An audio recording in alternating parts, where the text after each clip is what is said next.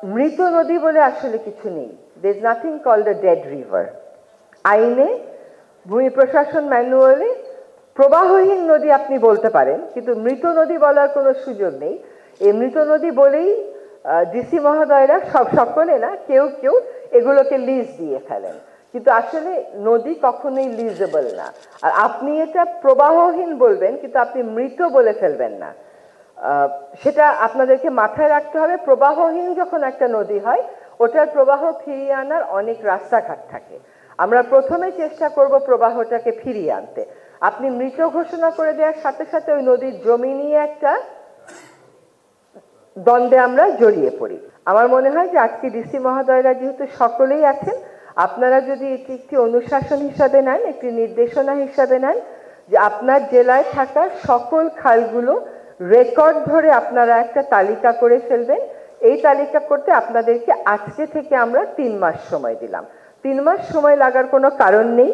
তারপরেও যদি আপনাদের লাগে, আপনারা একদম যাচাই বাছাই করে আপনাদের জেলায় থাকা সকল খালের তালিকা আমাদেরকে 3 মাসের মধ্যে পাঠিয়ে দেবেন। তাহলে নদী, বিল, হাওর এবং খালের পূর্ণ তালিকা আমরা প্রকাশ করে দেওয়ার চেষ্টা করব। নদী দূষণ মুক্ত করা আসলে এত সহজ নয়। আমি সাখাওয়াত ভাইয়ের সাথে একমত যে আমাদেরকে ঢাকা শহরের যে কোনো একটা নদীকে বেছে নিয়ে, এবং প্রতীকী অর্থে ঢাকা শহরের মানুষ ঢাকা নদী বললে প্রথমে বুড়িগঙ্গার নামটা বলে।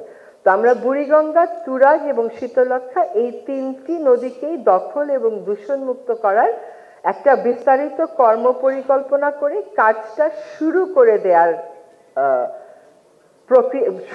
দেওয়ার চেষ্টা করব। এইটা আমরা যে শুরু করে দিয়ে শেষ করে দিয়ে যেতে পারবো, এটা তো কোনোভাবেই সম্ভব না। তবে শুরু করা যায় কিনা সেটা অবশ্যই দেখব।